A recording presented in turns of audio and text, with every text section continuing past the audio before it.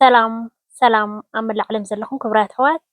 ሰላም እግዚኣብሔር ምሳኹም ይኹን። ናይ ሎሚ መዓልቲ ሓንሳብ ኬና ንሰርሖ እምበር ክትፈትውዎ ተስፋ እንዳገበርኩ ቅድሚ ናኦም ግን እቶም ሓደሽቲ ዘለኹም ላይክ ሳብስክራይብ ከምኡ እንዳገበርኩም ነዚ መዓልታዊ ሒዜ ዝመፅእ ቪድዮታት ተኻፈልቲ ክትኮኑ ብክብሪ ዕድመኩም። እቶም መሳይ ፀናሕኩም ከዓ ከብ ቀደምኩም ምትብባዕኹም ኣይፈለየኒ። እዚ ቪድዮ ብላይክ ጀምርዎ ክቡራት ኣሕዋተይ። ላይክ ምግባር ኣይክፈሎን እዩ ፍሪ እዩ። ዝኾነ ዓይነት ዝጎደሎ እንተልዩ ከዓ ከመሓየሽ ዘለዎ ክፅሕፉ ትኽእሉ ኢኹም ማለት እዩ። ክቡራት ኣሕዋተይ ናይ ሎሚ መዓልቲ ሓንሳብ ኬና ንሰርሖ ኣብ መእተዊ ከም ዝረኣኹሞ ባህላዊ ሃንዛ ብፍልይ ዝበለ ኣሰራርሓ ብጣዕሚ ክቡራት ኣሕዋተይ በሊዕኻየሲ ዘይፅገም ማለት እዩ። ሓደ ሓደ ግዜ ካብዚ ሕምባሻ ካብ ቅጫ ውፅእ ኢልና ቅያር ይኾነልና ክሳብ ናይ ሳልስትና ክንስንክት ንኽእል ኢና ማለት እዩ። ሕጂ ኣብዚኣ እትሪእዋ ዘለኹም ክልተ ዓይነት ዕፉን እዩ ዘሎ። እቲ ሓደ ድኽም ዝበለ እቲ ሓደ ከዓ ፈርዛዝ ማለት እዩ። ሕጂ ብዙሕ ሃንዛ ኣሰራርሓ ናይ ዝተፈላለየ ናይ ጣፍ ናይ ዕፉን ኣርእየኩም ኣለኹ እንዴ። ናይ ሎሚ መዓልቲ ከዓ ፍልይ ዝበለት ኣሰራርሓ ብጣዕሚ ከዓ ፈትየያ። ሕጂ ክልተ ሃንዛ ኢና ክንሰርሕ ንክልተ ሃንዛ ከዓ እቲ ፍርይ ዝበለ 600 ግራም ዝኸውን እቲ ድኽም ዝበለ ከዓ 600 ግራም ዝኸውን ፍርቂ ፍርቂ ገይረልኩ ማለት እዩ። ሰለስተ ዓይነት ሓርጭ ኢና ክንገብሮ ሰለስተ ማለት እዚ ዕፉን ድሓን ክልተ ሓደ ዓይነት እንድዩ ጥራይ ምፍራይን ኣይዝበሃል ማለት እዩ። እዚ ሕጂ ኣብዚ ከዓ እንታይ ሓርጭ ኣዳልየ ኣለኹ ከዓ ሓርጭ ድንኩል ሜል ዝብል ካብ ናይ ፊኖሲ እዚ ዝሓሸ ናይ ጥዕና ማለት እዩ። ንሱ ኣዳልየ ኣለኹ ከምዚ ትሪእዎ ዘለኹም ማለት እዩ። ሕጂ ኣብ ዓኸ ግድን ኢና ክንገብረሉ ሃንዛ ማለት እዩ። ምሽታ ዘለዎ ሃነን እንዳበለ ክንበልዖ። እዚ ሓርጭ ከዓ እንታይ ገይረ ኣለኹ እዚ ድንኩል ሜል ማለት እዩ ከም ፊኖ ዳሓን ሕሰቦ ካብቲ ፊኖት እዚ ዝሓሸ ንጥዕና ማለት እዩ እምበር ሕጂ እሱ ሕጂ ክቡራት ኣሕዋተይ እንታይ ይገብረልና መጀመርያ ከርከሽከሽ ኣይብል ንኽትሓሓዝ ይሕግዘና እዩ። እንደገና ከዓ ለማፅ ከዓ ይኾነልና ማለት እዩ። መዓር ዝጥዕም በቃ ብእውነት እዚኣ ኣመስግን እንዲሕን ክተብላ ነዘን ኣሕዋተይ ስንክት ተቢልክን ቁርሲ ብልክን እዚኣ ክተመስግናኒ ኢኽን ብጣዕሚ ፅብቕቲ ዝኾነት ክትኮነልና እያ። ሕጂ ኣብዚ ክንለውሶ ከለና ቀጢን ኣይንገድፎን ኢና ኩሉ ግዜ ሃንዛ ክንሰርሕ ከለና ሓፊስ ክኾን ኣለዎ እቲ ሕቡቕ ረጒድ ምንታን ክኾነልና ማለት እዩ። ቀጢፉ ከዓ ሻሕ ስለ ዝብለና ኣይዝበሃልና። ሕጂ ብታሕቲ ኮይነ ተንበርኪኸ ፅቡቅ ገይረ ሕስየ ኣቢለዮ ከምዚ ትሪእዎ ዘለኹም ማለት ሕጂ ተሃሪሙ ተወዲኡ ኣሎ። ብግምል ጌርና ኢና ሎሚ መዓልቲ ካሊእ ግዜ ብገዓት ጌርና ምሽ ንሰርሖ ነርና ሎሚ መዓልቲ ከዓ ብግምል ጌርና ኢና ክንሰርሓ ማለት እዩ። ሓንቲ ግዜ ከምዛ ትሪእዋ ዘለኹም ማዕረ ጌርና ክንዝርግሖ ኢና። ሕጂ ኩሉ ኣይንጉምሎን ኢና ምክንያቱ ብሓድሽ ኢና ከዓ ሽዑ ልውስ ኣቢልና ሽዑ ክንግምሎ ማለት እዩ። ከም ትሪእዎ ዘለኹም እዛ ንእሽተይ ዘላ ንሳ ኣይግምላን እየ ምክንያቱ ኩሉ ተገሚልናዮ ዝበዝሐ ከምዚ ንኣብነት ስብቆ እንተጌርና ተጊዒትናየሲ ምሸ ወይ ላፋ ተበዚሕዎ እንጀራ ወይ ከዓ ዝኾነ ምሸላ ድዮ ከምዚ ክሰርሕ ከለኻ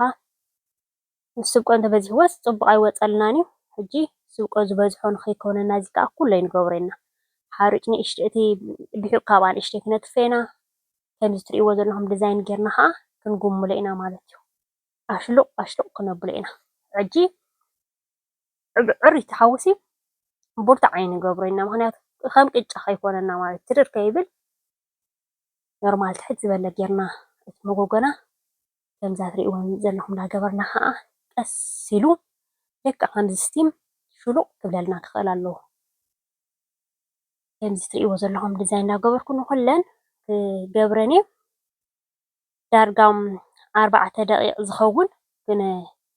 ክነፅንሖ ኢና ማለት እዩ። ከይገምጠልናዮ ከለና ብታሕቲ 4 ደቂቕ ብላዕሊ 8 ደቂቕ ዝኸውን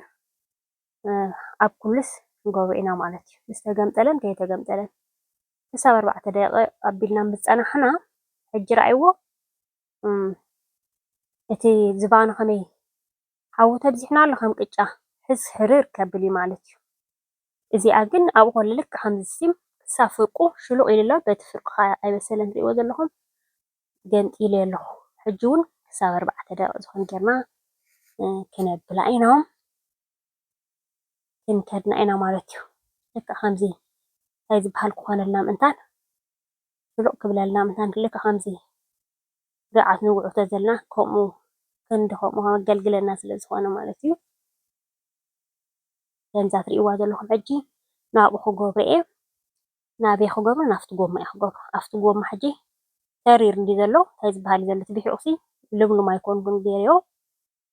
ሕጂ ንእሽተይ ማይ ዘብዘብዘብ ኣብዚኣ ክንግምጥላና እዚኣ ዘትረፍናዮ ሓንሳብ ኮይና ኣብ ዘለታ ምክንያቱ ከምታ ዕሽም ክትጠቕመና ስለ ዝኽእል ንዓቑሲ ከም መዝሓል ዓይነት ስለ ዝጠቕመና ግን ዝበዝሐ እየ ገይረዮ ዘለኹ እዚኣ ሕጂ ንእሽተይ ማይ ዘብዘብዘብ ኣቢልና ከም ትሪእዎ ዘለኹም ክፅቦ መዓት ኮይኑ መጀመርያ ናይ ክድርቕ ኢሉ ዘሎ ምንታን ክልስልሰልና ንእሽተይ ማይ ዘብዘብዘብ ኣቢልና ክድነብሎ ሓንሳብ ከዓ ሽሉቕ ክብል ምንታን ማለት እዩ ሕጂ ኣብዚ ብውዕዩ ከሎ እዩ ከም ትሪእዎ ዘለኹም ኣብዚኣ ማሽን ገይረ ተሃርሙ እየ ንእሽተይ ማይ ዝፍልጥም እንዳበልኩ ኣብዚ ሕጂ ከሪአኩም እየ መባኩዕቲ ንማለት እዩ ተዓቐን ከሪአኩም እየ ብፍንጃል ጌርና ኢና ክንዕቅና ብጣዕሚ በቃ በዛ ሓንቲ ፍንጃል እዚኣ ምክንያቱ ብዘይ መባኩዕቲ ተጌርናዮ ከማ ንእሽተይ ከም ሓፍ መበል ተዘይኮይኑ እቲ መዓር ዝጥዕም ልክዕ ከም ናይ ኣዴታትና ጣዕሚ ዘለዎ ሃንዝአን ሽኮር ዝጥዕም ብጣዕሚ ከምኡ ክኾነልና ተደሊና መባኩዕቲ ክነብዝሕ የብልናን ኢና ፅቡቕ ኣይመፀልናን ማለት እዩ ወይ ብዘይ መባኩዕቲ እውን ክንገብራ ንኽእል ኢና ግን ሕጂ ከዓ ዛሕሉ እንዲ ዘሎ ንእሽተይ ንመበራበር በዛ ፍንጃል ገይረያ ኣለኹ ከማን እቲ መባኩዕቲ እሲ ሓፊስ ቢሒቑ ኣይኮነን ሕፅብፃብ ኣቢለ ዘበልኮ ናይ እንጀራ ተረፍ ማይ ገይሩ ተበራርሐ ማለት እዩ ስለዚ ሓፊስ ኣይኮነን እናቲ ማይ ብሒቑ ከማ ንጥቀሞ ቅጥንጥን ዝበለ ማለት እዩ ሕጂ ከምዚኣ ጌርና ፅቡቅ ገይረ ለዊሰያ ማሽን ገይረ ሃሪመዮ እቲ ትርርፅ ዝበለ እንደገና ውዒቱ ኮይኑ ክሳብ ዝሕል ፅቡቅ ኢኻ ብኢድካ ክትሓስዮ ኣነ ግን ማሽን ስለ ዝፀንሐትኒ ብኣ ገይረ ሕጂ መዓስ እየ ዝመፀኩም ዘለኹም ኣብ ሳልሳይ መዓልቲ እየ ዝመፀኩም ዘለኹ ምሸት ኣቢለዮ ሓዲሩ ውዒሉ ንፅባሐይቲ ከዓ ንግሆ ማለት እዩ ኣብ ሳለስቲ ሕጂ እቲ መባኩዕቲ ብፍንጃል ስለ ዝገበርኮ ኖርማል ህድእ ኢሉ ቀስ ኢሉ በቃ በኺዑ ምክንያቱ መባኩዕቲ ኣብዝሕ ተቢልናያ ግን ንፅባሒታ ክንስንክት ኣለና ግድን ምክንያቱ ክመፀና ስለ ዝኽእል ሕጂ ኣብዚኣ እንታይ እየ ዝገብር ዘለኹ ቡቑሊ ይጥቀም ኣለኹ ማለት እዩ ቡቑሊ ጨው ከዓ ኣብዚ ሕጂ ቡቑሊ ዘይክትረኽባ ትኽእላ ኢኽን ቡቑሊ ኩላኻ ትረኽቦ ማለት ኣይኮነን እዩ ናይ እንጀራ ቡቑሊ እንተዘይብልክን ቡቑሊ ፀገም እዮም ብዘይ ቡቑሊ ክትገብሮ ትኽእላ ቡቑሊ ተተገይርዎ መሊሱ እንዲ መዓር ዝጥዕመልና ፎኪስካ ይኾን ፅቡቕ መፀና ማለት እዩ ተዘይተረኺቡ ፀገም የብሉን ኣነ ከማን ሓደ ግዜ ብዘይ ቡቑሊ ገይረ ይስንክት እየ ማለት እዩ ሕጂ ጨው ኣብ ዓኹኡ ፀኒሕዎ ኣሎ ምስኡ ተለዊሱ በዚኣ ናይ ኢድ ማሽን ጌርና ከዓ ሕውስ እዛ ናይ ኢድ ማሽን ዝጥቀመላ ዘለኹ እዚኣ እውን እንተዘይብልክን ኖርማል ግድን ኣይኮነን ዝህልወና ኣነ ከማን ሓፊስ ስለ ዝፀንሐ እምበር እዛ ማሽን እንተዘይብልክን ሕጂ እንታይ ትገብራ መሲልክን ከምዚ ለማዓንቲ ዝለወስናዮ ንፅባሒቱ ማይ ብላዕሊ ሕፅብፅብ ኣቢልና ምስ ንገብሮ ሽዑ ቅጥን ዝበለ ኮይኑ ተበላልዑ ይሓድር ንፅባሒቱ ኢድና ጌርና ሕውስ ክነብሎ ንኽእል ኢና ፀገም የብሉን ድሕሪ 3 ሰዓት ክመለሰኩም ድሕሪ 3 ሰዓት እቲ ፅባቐ ካብዚ እዩ ዝጅምር ንስን ጨኑኡን ንስን ምብኩዕን ምፍኳስን ረኣይዎ ገፍ ብእውነት ብጣዕሚ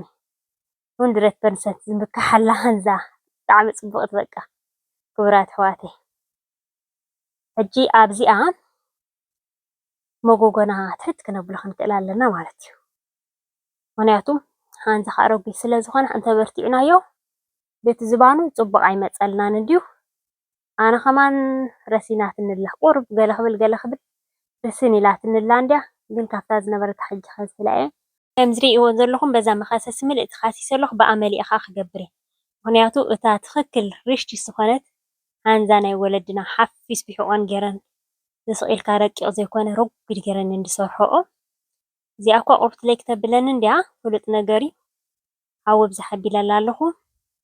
ዓይንኹም ትሪእዎ ዘለኹም ፈጠጠጥ ኢሉሎ ሕጂ ሓፊስ ስለ ዘሎ እቲ ብሒቑ ኸማን ብዙሕ ዓይኒ ኣይወፅን ኣሎ ማለት እዩ ኣትሕት ኣቢልና ቀስ ኣቢልና ነብስሎ ከምዚ ትሪእዎ ዘለኹም ክፈኩስ ኮይኑ ብእውነት ብጣዕሚ ፅቡቕ ኮይኑ እዚኣ ሕጂ ከብላ እየ ማለት እዩ ቁሩብ ኣቢላትነላ ከም ዝበልኩም እታ ሞጎጎ ብጣዕሚ ረሲና ስለ ዝፀንሐት ኣብ ሓዊ ኣብዚኣ ክንጥንቀቕ ክንክእል ኣለና ማለት እዩ እታ ሓንቲ ሕጂ ብበርበረ ጌርና ክንገብራ ኢና እታ ሓንቲ ሓንዛ ከዓ በርበረ ዘይብላ ክንገብራ ኢና ማለት እዩ እዚኣ ሕጂ በርበረ ፅቡቅ ገይረ ክንስንሰላ እየ ናይ ሃንዛ ኣሰራርሓ ካልእ እውን ዝሰራሕኽዎ ኣሎ እዩ ክቡራት ኣሕዋተይ ብጣዕሚ ብዙሕ ሰብ ዝተኸታተሎ ኣብቲ ከምዚ ምንስናስ ንዓኡ ከዓ እንታይ ገይረሉ 3 ዓይነት ጥረታት ገይረ ነስኒሰሉ ብጣዕሚ ንሱ ከዓ ዋው ፀብሐ የድልዮ ገለ የድልዮ ዝኾነ እዩ ንሱ ከዓ ብጣዕሚ ንሎማዓንቲ ከዓ ብበርበረ እየ ገይረያ ዘለኹ በቲ ባዕ ከለዎ በቲ ጨው ኣለዎ ከምዛ ትሪእውን ዘለኹም ኣብዚኣ ቁርፍለይ እታ ናይ መጀመርያና ከምታ ትድለስ ኣይበለትን ናይቲ ሓዊ ቁርፍለይ ብዝሕ ኢላ ተረሲና ፀኒሓ ከምዛ ትሪእዋ ዘለኹም ጌርና ኣብስል ለቢልና ክነውፅኣ ኢና እዚኣ እታ ካልአይቲ ሃንዛ ንሰርሓ ከዓ ኖርማል ኢና ክንገብራ ምክንያቱ ዘይብላ በርበረ ዘይብላ ካልእ ዝንስነስ ዝኾነ ነገር ዘይብላ ክንገብራ ኢና ማለት እዩ እታ ካልአይቲ ሕጂ ሪኢኹማ ሓዊ ተጠንቂቐላ ክፅብቕ መዓት ዝባናን ገለን ኮይና እቲኣ ግን ቁርፍ ዝሓዊ ስልብ ኢላትኒ ነይራ ከምዚ ጌርና ስንክት ኣቢልና ካብቲ ሕምባሻታት ካብ ቅጫታት ውፅኢልና ሓደ ሓደ ግዜ ብጣዕሚ ካብቲ ፊኖታት ዶ ገለ መለታት ዝበሃል እውን ውፅእ ኢልና ከምዚ ጌርና ምስ ሻሃና ተደሊና ምስ ቡናና ምስ ዝተፈላለዩ ጌርና ክንጥቀመሉ ንኽእል ኢና ማለት እዩ ባህላዊ ሃንዛ ንኽትሪኦ ኣዝዩ ደስ ዝብለካ ንኽትበልዖ እሞ ሰሪሕኽን ፈትንኦም ፈቲንክን ከዓ ክቡራት ኣሕዋተይ ክፅሕፋለይ ከዓ ክፅበየክን እየ ማለት እዩ ሕጂ ክንቆርፅ ኢና ብሓንሳብ ኬድና እንዲና ሰሪሕናዮ ብሓንሳብ ኬድና ከዓ ክንጥዕሞ ኢና ንዚ ባህላዊ ሃንዛና ክቡራት ኣሕዋተይ መቸም ላይክ ከይተውሕዱልን ዝብል ተስፋ ኣለኒ ምክንያቱ ናይ ክሽነ ነገር ይርዳኣና እዩ ማዕረ ክንደይ ድኻም ኣለዎ ቪድዮ ክትገብር ዘምሕዋተይ ላይክ እንደገና ከዓ ባህላዊ ናይዘን ወረጃታት ኣደታትና ስለ ዝኾነ ከምዚ ጌርና ኣብ ስደት ኮይንና ግን ክንዕቅቦ መሊስና ኣፀቢቕና ክነምፆ ኣለና ማለት እዩ ብጣዕሚ ሽኮር እዩ ዝጥዕም ምክንያቱ መጀመርያ እቲ መባኩዒቲ ቁሩብ ማለት ጌርና ኢና ተጠንቂቕና ስለ ዝሰራሕናዮ ህድእ ኢሉ ስለ ዝባኽዕ ብጣዕሚ ከይደልና ኣሎ ክቡራት ኣሕዋተይ ንሎማዓንቲ እዚ ከዓ ክለኒ እዩ ጀሚረ ክሳብ ዝውድእ ዝተኸታተልኩምኒ ካብ ልቤ ዘመስግነኩም ብካልእ ትሕዝቶ ክሳብ ዝምለሰኩም ሰላምን ጥዕናን ኣብ ዘለኹሞ ሰሰናይ